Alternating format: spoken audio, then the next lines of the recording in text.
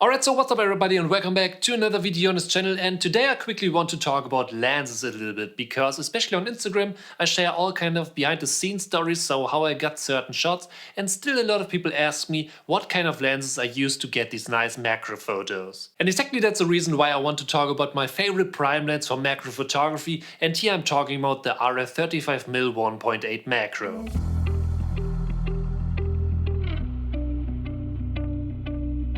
The RF35mm 1.8 macro lens is actually one of the cheaper lenses that you can buy for the newest RF mount. You can get one for around $500, and exactly that's not that much for a RF prime lens. And I need to say that in 99.9% I always use this lens whenever I want to take a couple of close-ups, because yes, this is a macro lens. So in this case I can get really close to my key element without having any focusing issues. And that is really important, especially if you want to take these close-ups, and that's why I highly recommend to actually buy a macro lens, because a lens like this makes it way much easier to get these shots. On top, the RF35mm macro is a 1.8 lens, so it lets a ton of light in, which is a huge advantage, especially in low light situations. And on top you get this crazy good looking bokeh, which is always awesome, especially if you take macro photos. Of course, just to mention that here really quickly, in this case you need to care about how much of your key element is actually in focus if you use an f-stop of 1.8. But just to have the option to use an aperture of 1.8 is so great, especially in low light situations,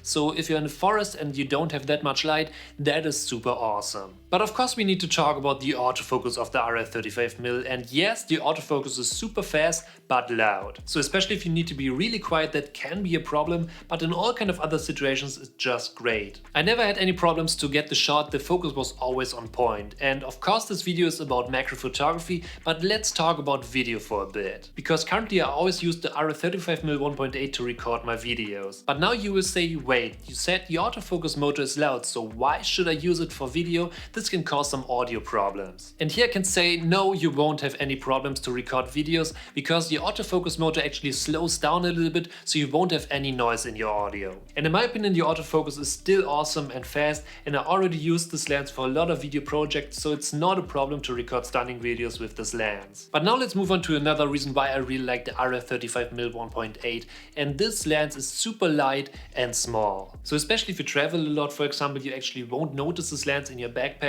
or while taking some photos, and that is a huge advantage. And on top, the image quality of this lens is just phenomenal. In the last couple of years I already had a lot of photography sessions with this lens, and the image quality was always top notch. I will link a couple of POV photography sessions with the RF35mm down in the first comment, so if you're interested in that, definitely check out these videos. But if we take a look at a couple of results, you will see that it's absolutely worth it. And don't forget, here we are talking about an entry-level lens for the RF mount. I mean, don't get me wrong, here $500 is still a lot of money, but if you compare it to other RF lenses, that is super cheap. And on top, this 35mm offers IS, so especially in combination with the IBIS of the R5 for example, it's just awesome. But yeah, to wrap it up here really quickly, if you're looking for a macro lens that can actually capture some super sharp photos of all these details even in low light situations, that is ultra light, small and not that expensive, then you should check out the RF35mm 1.8 macro. In my opinion you can't go wrong with the small lens, because it's actually such a great lens for macro photography. Okay, so yeah, these are my thoughts about the Canon RF35mm and why I really like this lens. So,